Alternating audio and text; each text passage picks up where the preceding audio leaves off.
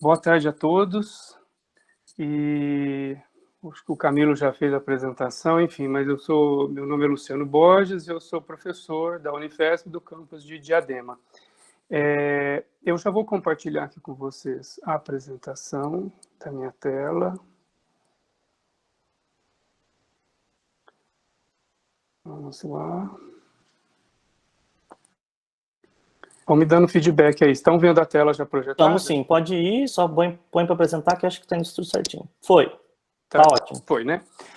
Bom, então, como o Camilo comentou com vocês, hoje o objetivo de finalizar esse módulo junto com vocês é dar um exemplo de como que eu aplico a questão dos mapas conceituais dentro da minha aula, né, dentro do meu curso, né, da minha unidade curricular.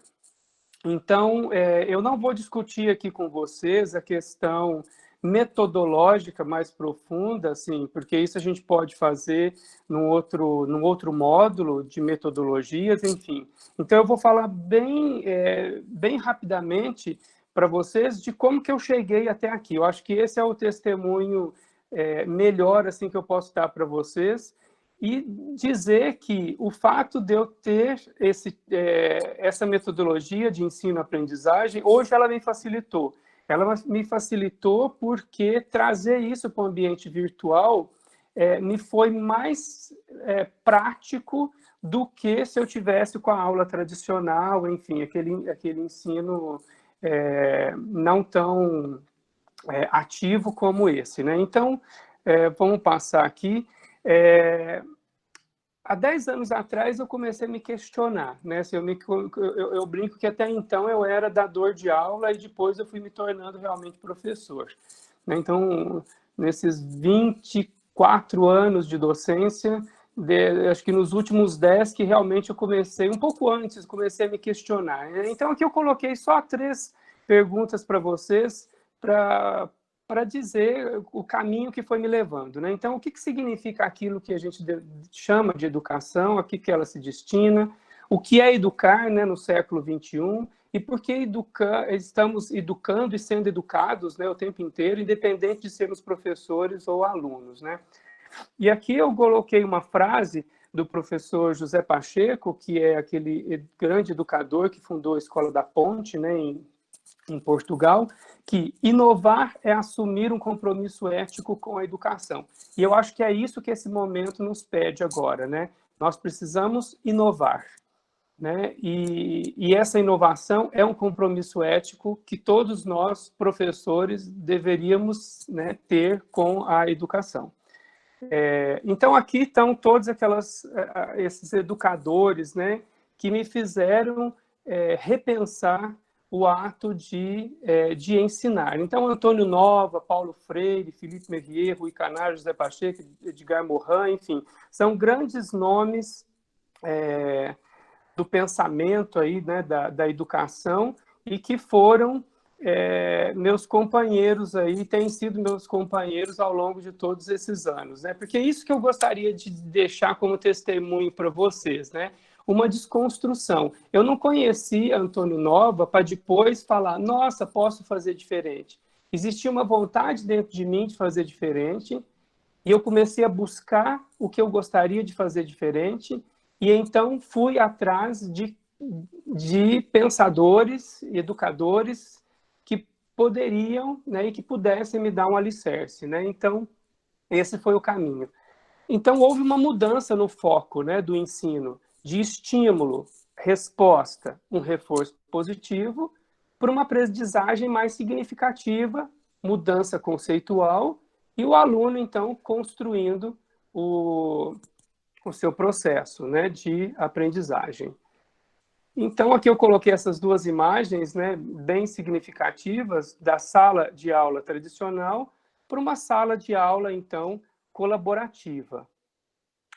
Na sala de aula tradicional, em comparação com a sala de aula colaborativa, o que Antônio Nova nos traz, né? Então, aquela escola como vem sendo, aquele espaço todo arrumado, organizado, fechadinho, quadro negro, um professor de pé falando, né, quase que num palanque, aluno sentado ouvindo, ou, como ele mesmo coloca aqui, né, parecendo que estão ouvindo, né? E uma escola, que é essa escola que a gente deveria, né, lutar por ela, que é a escola da diversidade de espaços, com alunos ocupando não só a sala de aula, mas todos os espaços, uma utilização sistemática de várias ferramentas e dispositivos, incluindo os digitais, professores trabalhando em equipe e simultaneamente, e alunos estudando e trabalhando uns com os outros. Bom, como eu disse no início, né, eu não vou discorrer aqui sobre o PBL, que é o Problem Based Learning, ou aprendizagem baseada em problemas, porque a gente pode, no futuro, voltar a discutir isso daqui com um pouco mais de profundidade, né? Eu só quero dizer que eu conheci essa metodologia há mais de 10 anos atrás, há uns 12 anos atrás, quando eu estava num pós-doc no exterior, e quando eu me vi dentro de uma sala de aula, sobretudo com uma heterogeneidade muito grande de alunos, por conta até do sistema de cotas, né? Então, eu comecei a pensar o que a gente poderia fazer de diferente. Aquela aula tradicional não cabia mais ali, né? Porque vinham alunos de diferentes,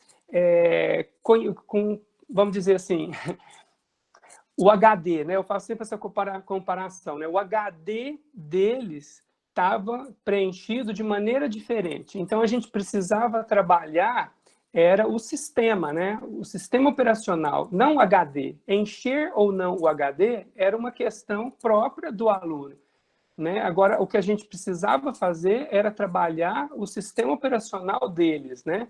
Então, como cada um chegava com HD ali, com uma quantidade de informação e conhecimento diferente, então eu resolvi, então, utilizar essa metodologia. Então, bem assim, rapidamente, é uma metodologia, né, que surgiu lá na década de 60, início da década de 70, lá no Canadá, e teve seu desenvolvimento muito grande na Holanda, né? Aqui eu coloquei uma frase do Freire, que é muito interessante, que ele fala que ensinar não é transmitir conhecimento, né? Não é eu ficar falando, e o outro ouvindo passivamente, mas criar possibilidades para a sua produção ou sua construção. Então, na aprendizagem baseada em problemas, a gente tem grandes benefícios, né? Que é, em primeiro lugar, uma reflexão constante. Habilidade para resolver problemas, decisões, colaboração, organização, tomada de decisão pelo professor e pelo aluno, investigação de longo prazo, estimular a curiosidade, valorizar dúvidas, enfim, incentivar a pesquisa, incentivar o desenvolvimento da autonomia, trabalhar a capacidade de viver em grupo, com diversidade, enfim, são muitas as características positivas que nós temos. Bom, frente a isso, então, tomada essa decisão de partir para essa metodologia de ensino e aprendizagem, eu me vi também em busca de um outro elemento, né, que me ajudasse nessa metodologia. Foi quando, então, eu conheci os mapas conceituais, né, que o Bruno já explicou tão bem para vocês. Então, eu resolvi usar o mapa conceitual não somente como uma metodologia junto com o PBL, mas também, depois vocês vão ver, que a construção do mapa conceitual também entra num processo de avaliação do aluno quando eu faço a avaliação dele. Então, aqui, o grande inventor aí da aprendizagem significativa, né, o Davi Ozubel, e o Novak, que foi quem, então, desenvolveu os mapas conceituais. Então, aqui uma frase, né, que o fator mais importante que influi na aprendizagem é aquilo que o aluno já sabe. Então, partindo do que o aluno já sabe, ele vai, então, construir o seu conhecimento. Isso aqui a gente pula, que o Bruno já comentou com vocês. Bom, então chegamos no meu testemunho aqui, propriamente dito, né? Então, nessa época, eu era docente da Universidade Federal de Minas Gerais, no curso de Medicina, e eu montei, então, um grupo de alunos onde eles utilizavam casos clínicos para montar o seu conhecimento. Então, através dos casos clínicos, eles montavam, então, os mapas conceituais e montavam, então, dos mapas conceituais, iam construindo os seus conhecimentos. Então, o GEDAN era um grupo de estudo em didática aplicada à área médica. Esse grupo ele foi criado em 2012 e ele existe até hoje, né, porque eu depois, há 4 anos atrás, eu migrei da UFMG para a Unifesp. Bom, então hoje na Unifesp eu sou responsável por essa unidade curricular que se chama Estrutura e Função de Tecidos, Órgãos e Sistemas Humanos. Para quem está assistindo e é da área de biológicas, vai entender bem o que é essa unidade curricular. Nessa unidade curricular, ela compreende o conhecimento de anatomia, de histologia e de fisiologia humana. Então, estão aqui todos os sistemas que a gente trabalha, né? Então, como que funciona a minha UC? Então, o aluno, quando chega, né, ele é apresentado à unidade curricular. Então, a gente discute o que é essa UC, o conteúdo que vai ser trabalhado, né? Quer dizer, o conteúdo, eu não gosto muito dessa palavra, porque, assim, né, o conteúdo ele vai surgindo, né? A gente vai discutir sobre o método de ensino e aprendizagem. Então, tudo isso que eu estou dizendo para vocês, o PBL, o mapa conceitual, vai ser apresentado para ele. Nós vamos discutir as regras para os encontros, que a aula a gente passou a chamar de encontro. Nós vamos discutir os critérios de avaliação, então a rubrica, o material bibliográfico, criatividade, tudo isso vai constar na rubrica e tudo isso vai ser discutido com eles, né? Então, qual que é o material bibliográfico, que isso vai ser levado em consideração, a criatividade dele, a clareza quando ele apresentar o trabalho dele no final, a organização, enfim, ele ajuda a construir essa rubrica. A gente divide os grupos, né? Então, nós temos 40 alunos, então nós formamos 10 grupos de 4 alunos por grupo. Os temas são escolhidos, né, para os projetos, e essa frasezinha última aqui, ó, construção ética, é uma coisa que eu martelo muito em cima, porque ética é o pensar junto, né? Todas as decisões que a gente toma, elas são tomadas em conjunto, né? Não é nada assim da minha cabeça impositivo. Claro, eu como docente penso, elaboro junto com a minha colega de trabalho, que nós somos em 2, mas tudo isso é discutido com eles, tudo isso é apresentado para eles. Bom, o trabalho, é claro que ele é em grupo, né? O professor, que aqui então é o tutor, ele acompanha a construção do projeto de cada grupo, estimulando a reflexão e a busca do conhecimento. Eventuais dinâmicas com todo o grupo juntos, elas são feitas ao longo desse semestre, né? Então, por exemplo, um grupo vai estudar, o projeto dele é estudar hipertensão. O outro grupo vai estudar Alzheimer, o outro grupo vai estudar dor, o outro grupo vai estudar diabetes. Então, através desse projeto, eles vão construindo o mapa conceitual e vão localizando nesse mapa conceitual todos os sistemas. Qual que é a ligação do diabetes com o sistema reprodutor? Qual que é a ligação do diabetes com o sistema urinário? Alguns são mais óbvios do que outros, mas tudo isso está dentro do trabalho, né, que esse grupo de alunos vai ter que desenvolver. Ao longo do semestre, 2 avaliações são feitas. A primeira, ele vai dizer como que ele está construindo o mapa, como que eles estão construindo o mapa, como que eles estão buscando esse conhecimento. E depois, no final, eles apresentam um projeto, então, finalizado, elaborado. A gente tem que deixar muito claro para esse aluno que a avaliação é constante a cada encontro, né? Então, eu gostaria aqui de deixar outro testemunho para vocês, que é o fato de que quando a gente deixa tudo muito conversado e eles se sentem valorizados porque eles participam dessa discussão desde o início, olha, o nosso índice de pessoas que faltam nos encontros é mínimo. Assim, é mínimo, porque eles têm um prazer muito grande. Eles não são obrigados a ficar o tempo inteiro na sala de aula, dentro da sala de aula. Eles vêm para o encontro, eles discutem com os tutores, que somos eu e a outra colega, professora. A partir desse momento, se a internet pega melhor no gramado do campus, ele vai sentar no gramado do campus e vai fazer a reunião dele lá, né? E qualquer dúvida que ele tiver, ele vem e nos pergunta. Então, a gente não tem essa coisa tão amarrada de que o aluno precisa ficar ali sentado naquela cadeira discutindo. Não, ele pode usar os outros espaços da universidade, ele pode ir para a biblioteca, né? Eu estou vendo ele veio até mim, ele tirou as dúvidas, né? E o celular não é mais um vilão, o celular hoje é nosso aliado, né? Ele usa o celular. Então, aqui estão os dois momentos, né?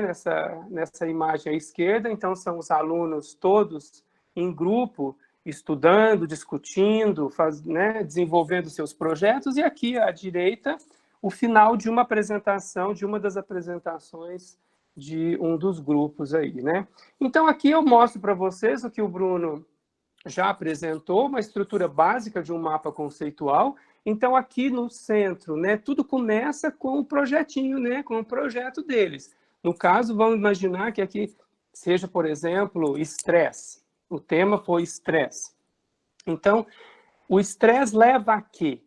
Né? Então, a palavra de ligação abre uma outra janelinha, né? Um outro subsunsor que vai ligando, vai linkando. Então, ele vai fazendo tudo isso. O que é muito legal também de compartilhar com vocês é que, assim, é lindo a gente ver a mudança de construção desse mapa de um momento para o outro, né? Depois de 1 mês e meio, quando ele faz a primeira avaliação, ele apresenta um mapa que muitas vezes vai ser totalmente modificado, porque ele vai criando intimidade também com a metodologia, né? Então, aqui tem um exemplo que eu trouxe para vocês de um grupo que trabalhou depressão e estresse, que era o projeto deles.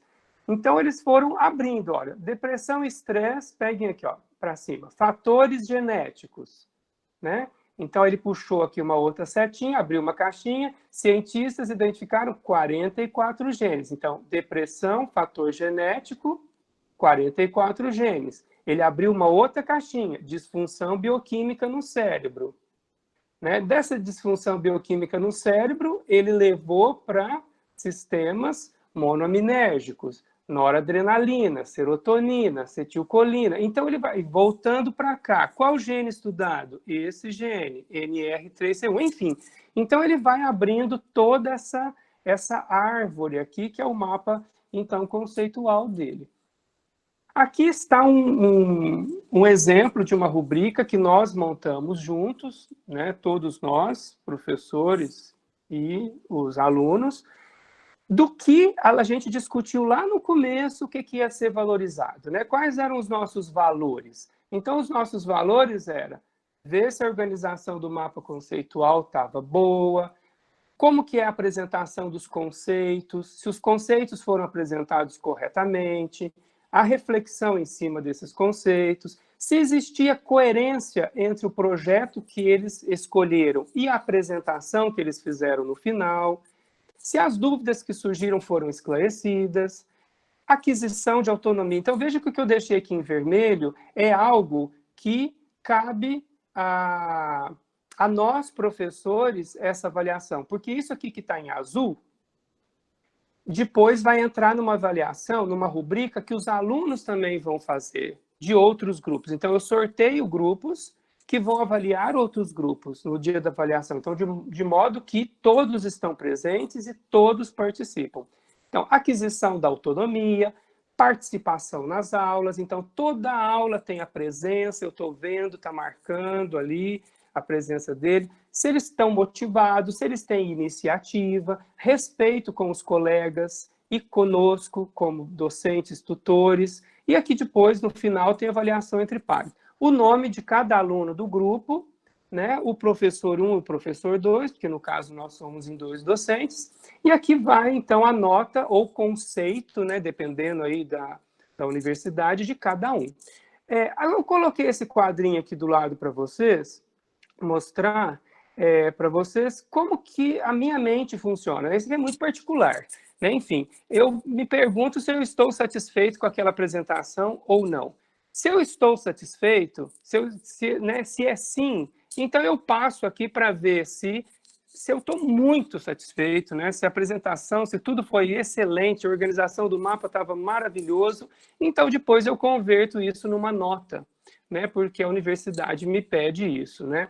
Então, se é muito bom, eu fico ali no 9, se é bom, entre o 7 e o 8, regular 6, e se eu não estou satisfeito, então fica aqui no 5, né? Mas eu confesso para vocês que nós já estamos nisso há 4 anos, né? Então, são praticamente 8 turmas ao longo desses 4 anos, e a gente não teve problemas, sabe assim? Porque como a gente acompanha todo encontro esses alunos, o aluno que falta, o aluno que não vai, o aluno que não se dedicou, o próprio grupo sabe.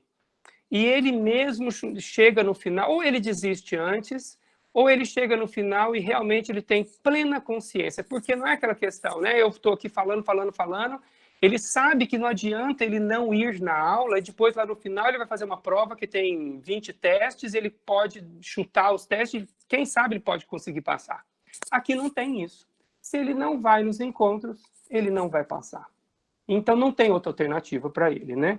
Então, aqui a rubrica da ficha do aluno, então veja aqui, ó, aquisição da autonomia, ele vai ver, né, a gente já deixa que o grupo também perceba se ele sentiu no outro grupo uma autonomia, né? Organização do mapa, apresentação do conteúdo, coerência, esclarecimento de dúvidas, depois ele dá uma média aqui, que depois vai ser colocada aqui embaixo, olha, essa média. Bom, eu gostaria de finalizar com vocês com 2 frases aqui, olha, que para mim são muito importantes, né? Que são aí que me dão um norte, né? A educação deve permitir aos jovens e às crianças construírem para si mesmo um destino. Isso envolve permitir que exerçam seu protagonismo, que atuem em sua própria vida e na vida da sociedade. E uma frase aqui desse grande educador, né, o Lauro de Oliveira Lima, que é: tudo está fluindo, o homem está em permanente reconstrução, por isso é livre. Liberdade é direito de transformar-se. Eu acho que essa frase ela é perfeita para esse momento que a gente está. A gente precisa se transformar, e a gente só pode se transformar porque a gente é livre, né? Os outros bichos não podem. Né, eles não têm essa liberdade, eles são escravos da natureza, né? Nós não, a gente pode mudar, a gente pode fazer diferente, e esse momento pede que a gente faça diferente. Então, reflitam sobre isso, né, e aproveitem essa grande oportunidade, triste por um lado, né, porque ninguém gostaria de estar vivendo esse momento tão turbulento, mas ele nos obriga a pensar, ele nos obriga a mudar. Então, eu gostaria de agradecer a atenção de vocês e me coloco à disposição para as dúvidas. Muito obrigado, Luciano. Queria saber se alguém tem algum questionamento em relação à parte do professor Luciano, algum comentário. Só um segundo, a minha transmissão parou, né? Parou, agora, ainda não. Não? Calma não, lá. você está apresentando. Agora acho que vai parar. Para. Alguém tem alguma pergunta, algum comentário, alguma dúvida sobre a prática do professor Luciano? Alguma coisa para colocar? Eu sei que a gente está nas vias de fato, o professor Luciano super contribuiu aqui para a gente com o tempo. Eu sei que fui meio rápido, enfim, assim, né? Foi super preciso, acho que foi super pontual e deixou bem explícito essa ideia, essa mudança de paradigma do todo mundo presencial foi para o remoto, e agora está todo mundo remoto, de repente é hora de repensar, e quando voltar para o presencial, a gente volta de uma forma diferente. Talvez seja o objetivo do GADEA, né, da gente poder partilhar essas experiências, para que o nosso retorno seja, inclusive o retorno para o presencial já seja diferente. O professor... Luciano, olha essa pergunta que bonita. Professor Luciano, tem experiência com sessão tutorial na modalidade de ensino remoto? Então, assim, no sistema tutorial ainda não. Eu não sei exatamente quando ela se referiu ao sistema tutorial, ela está se referindo à tutoria, essa que a gente faz nesse modelo do PBL, ou da mentoria? Se a professora Lidiane quiser abrir o áudio para perguntar, pode ficar à vontade, tá? Pode falar que eu sou todo ouvido. Oi, Luciano, tudo bem? Tudo bem, boa tarde. Tudo... Estamos agora se preparando para retornar aqui na Universidade Federal do Pampa, aqui em Uruguaiana, Sim. na modalidade de ensino remoto. E a gente trabalha com PBL nos 4 semestres iniciais do curso de medicina. Sim. Disciplinas integradas, né? Fisiologia, anatomia, histologia, farmaco. Então, Perfeito. a gente está, né, estudando as plataformas, né, a dinâmica, como é que vai ser. Eu queria saber se tem alguma experiência já em desenvolver a sessão tutorial do PBL, e se vocês utilizam, no caso, se desenvolve, algum outro recurso, né, como mapa conceitual, vinculado ao processo de brainstorming ou discussão. Então, Lídia, perfeito. Não, então, assim, a minha UC, ela vai começar agora, né? Então, assim, eu nunca trabalhei em sistema remoto, então essa está sendo a nossa primeira experiência, né? Então, assim, eu estou montando agora os grupos, todos os grupos já estão montados, porque antes de ter o isolamento, né, de toda essa parada, nós já havíamos, dentro de sala de aula, escolhido os grupos. Então, os grupos já foram divididos, os temas já foram destinados a cada grupo. Então, agora a gente vai começar a trabalhar remotamente. O que eu penso é assim, que é muito mais fácil a gente discutir com um grupo pequeno do que você estar com uma sala, e como se eu transpusesse a sala de aula, né? Agora, de modo virtual, e eu estou tendo aqui agora conversar ali com 50, 60, 70 alunos, né? Então, o que a gente está se organizando agora por exemplo, então, a nossa aula começa às 8 horas da manhã, vai até meio-dia, então nós estamos dividindo esses grupos. Então, por exemplo, das 8 até as 8h20 ou 8h30, eu vou conversar com o grupo 1. Grupo 1. Depois o grupo 2, depois o grupo 3, e assim a gente vai tutorando esses grupos. E o que é interessante é que cada grupo também, entre eles escolhem quem é o cabeça de grupo. Né? Quem é aquele que vai me trazer as questões e levar as questões para o grupo? Né? Então, eu acho que assim, a gente precisa se organizar isso muito bem, né? Porque senão, tendo essa organização, por exemplo, do grupo dividido, cabeça de grupo, toda a conversa se torna assim, infinitamente mais fácil, mesmo porque vai que um desses 4 do grupo não consegue estar conectado. Como que fica? Vai que ele não tem a conexão adequada. Né? Então, acho que tudo isso é importante. A experiência remota, infelizmente, não tenho até o momento, né? Agora que a gente está partindo. Mas, de antemão, assim, já é muito mais tranquilo a gente pensar dessa maneira do PBL no remoto do que aquela aula tradicional no remoto, né? Não sei qual é a tua opinião, mas enfim, assim, o que você vê como vislumbra, né? Com facilidade. Legal.